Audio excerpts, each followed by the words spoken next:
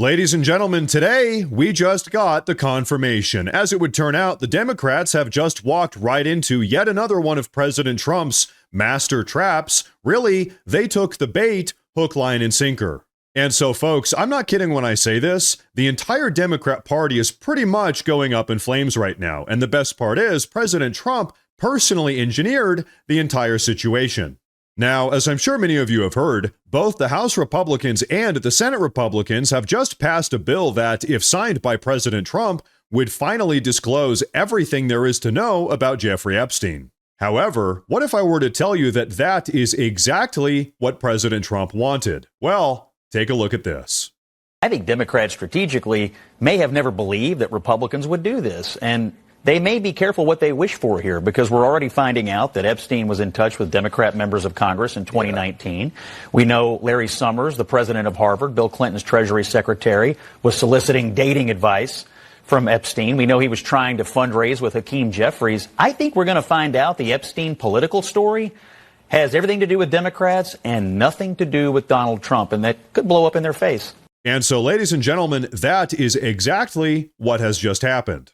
You see, as we continue to get more information pertaining to Jeffrey Epstein, what we are discovering is that he was actually pretty much tied to the hip with the entire Democrat Party, including numerous current senior-ranking Democrat politicians.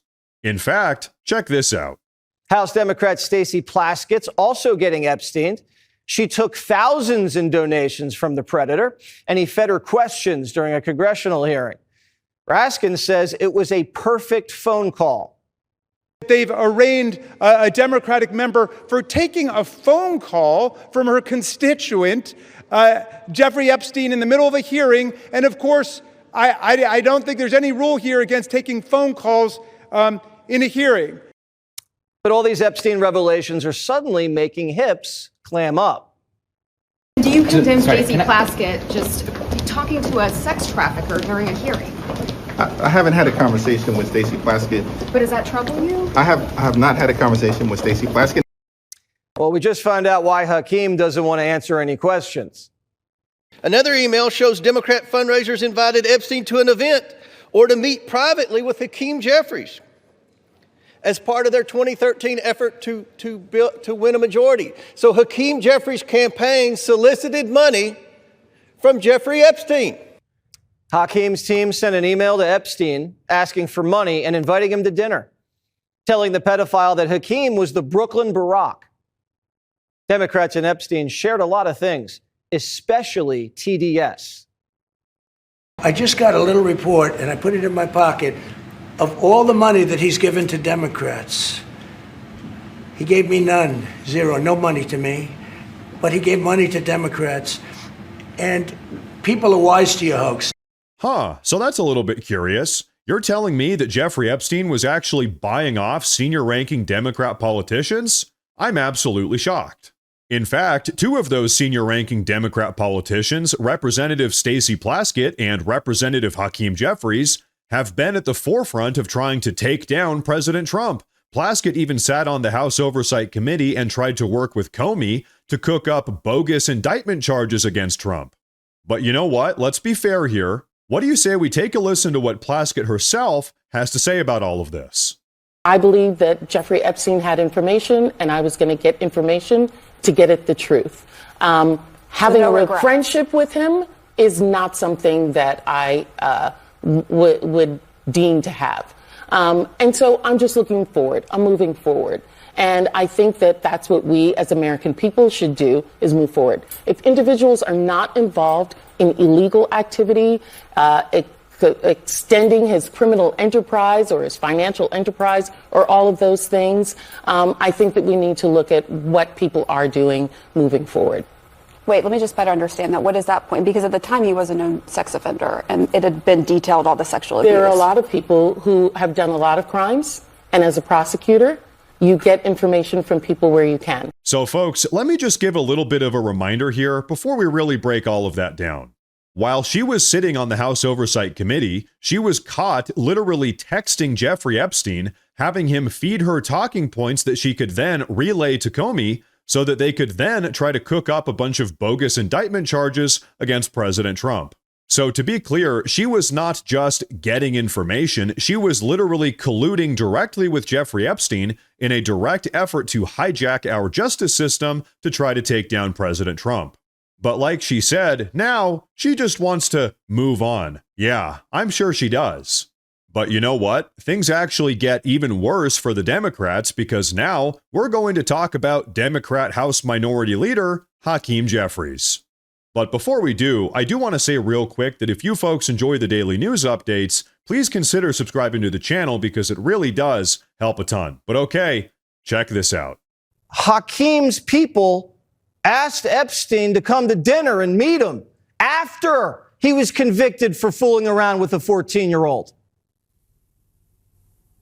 Yeah, how about that? I mean, this is why the Democrats they're going to regret, I think, ever playing around with this, and they're going to regret embracing transparency, though I'm glad they did. They thought, I think, that the files would never become public. They thought this was all a game. Well, guess what? They're going to get their wish. They are going to become public. The president's going to sign the bill. The president's been right all along on this. He said months ago, make public everything you can that's not classified. Now Congress is finally going to do it. And I think we're going to learn a lot, Jesse. A lot of people suddenly are going to get real reticent to talk about Epstein, whether it's Hakeem Jeffries, whether it's Larry Summers, that Harvard president you mentioned a second ago who worked for Barack Obama. We're going to find out a lot about a lot of folks because you know what else is in this bill that just passed tonight? It's got to be a searchable database so any American can go in and read the files for themselves. That's how it should be. I'm looking forward to seeing what's there. And so, ladies and gentlemen, that little component right there is what has the Democrats absolutely melting down right now. You see, as you all know, not only do the Democrats not really care about bringing justice to this entire Jeffrey Epstein situation, they don't care about the victims at all. But what's more, they never thought that the Republicans would actually go along with releasing the Epstein files. Their plan was just to endlessly virtue signal about Jeffrey Epstein, calling President Trump every single disgusting name under the sun, hoping that they could ride that rhetoric towards an easy victory in the upcoming midterm elections. However, unfortunately for them, President Trump has just called their bluff, and so now it's the Democrats who are the ones getting exposed. Take a look. He excommunicated him from Mar-a-Lago. He got rid of him. He got rid of him out of his life when he realized the guy was a total scumbag and what he was doing. But you know who didn't get rid of Epstein? The Democrats.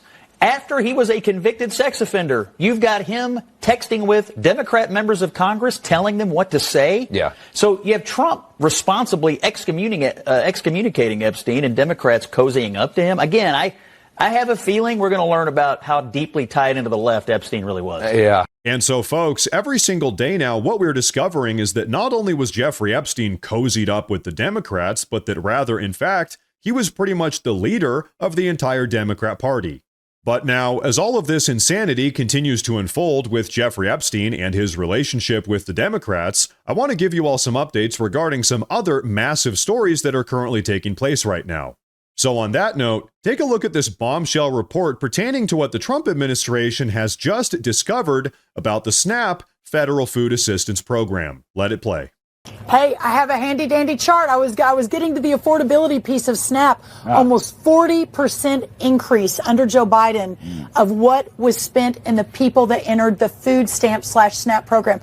That's 40%, of course, they were working to buy the election. But what we have seen and what Doge and our amazing team at USDA, 186,000 dead people are receiving SNAP benefits. 500,000 people are getting paid twice. We've made hundreds of arrests. We have a lot more to do. But this was, I think, an unintended consequence of the Democrats shutting the government down for 43 days, is it shined this very bright light on one of their pet programs and now has given us a platform to completely deconstruct the program, make sure those vulnerable Americans who really need that benefit are going to get it. And for all the rest of the fraudsters and the people who are corrupt and taking advantage of it, we're going to protect the taxpayer too. So folks, let me ask all of you a quick question here. Why do you think it is that during the Biden regime, monthly SNAP payments absolutely skyrocketed by a massive 40%?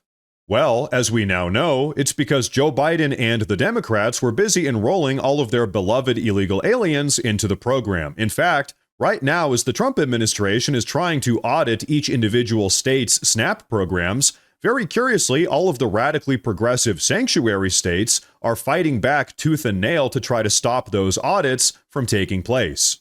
Huh. I wonder why. It's because they've been enrolling millions of illegal aliens. That's why. But now, folks, today we also got another massive update regarding President Trump's plan to absolutely gut Obamacare and ultimately replace it with something significantly better. Take a look. But let's elaborate on the president's plan. There's $26 billion available, if you will, for what Joe Biden put in as enhanced premium tax credits. The Democrats want to send that $26 billion back to the insurance companies. They take 20% of that for profit and overhead. That's law under Obamacare. They're allowed to take that 20%. The president and I want to send 100% to patients to put into an account to spend on the health care that they want, not just the health care that the insurance company allows them to have. And so, folks, this right here is pretty much the Democrats' worst nightmare. As you all know, the Affordable Care Act has pretty much worked as the Democrats' personal slush fund for right around a decade now. The insurance providers skim their 20% off the top, then they give that money back to the Democrat politicians in the form of political lobbying. We all know what that means. Really, the entire system is nothing more than a complete and total racket, and ever since the Affordable Care Act, Obamacare, was first enacted, healthcare has only gotten worse while simultaneously becoming more expensive. And so, in order to accomplish all of these massive America First objectives that we're talking about today, President Trump has a plan. Take a look.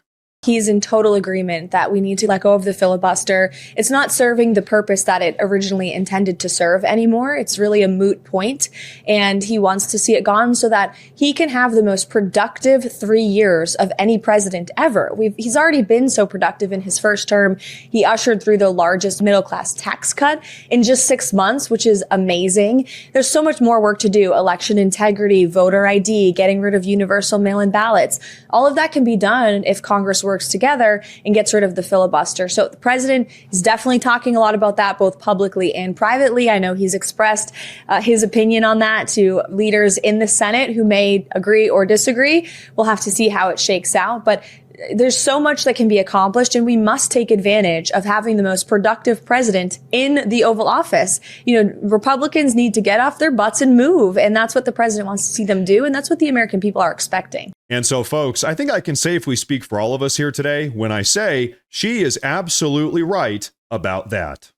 The Trump administration really does have a once-in-a-lifetime opportunity to try to save this country. The journey is going to be a difficult one, but a winnable one nonetheless, and it's going to take resolve and fortitude, which is exactly what we expect from the Senate Republicans. You want to call yourself a Republican? Okay, then it's time to get off your butt, listen to President Trump, and actually save the Republic. But so, folks, with all of that being said, it really is kind of funny just how quickly the entire political landscape can change. Last week was, admittedly, kind of a tough week for the Trump administration. However, this week, they're just absolutely on fire. And of course, like we said earlier, right now, the Democrats are pretty much just imploding. And you know what? Good. That's a good thing, because that is exactly what all of us want to see if we truly want to put America first.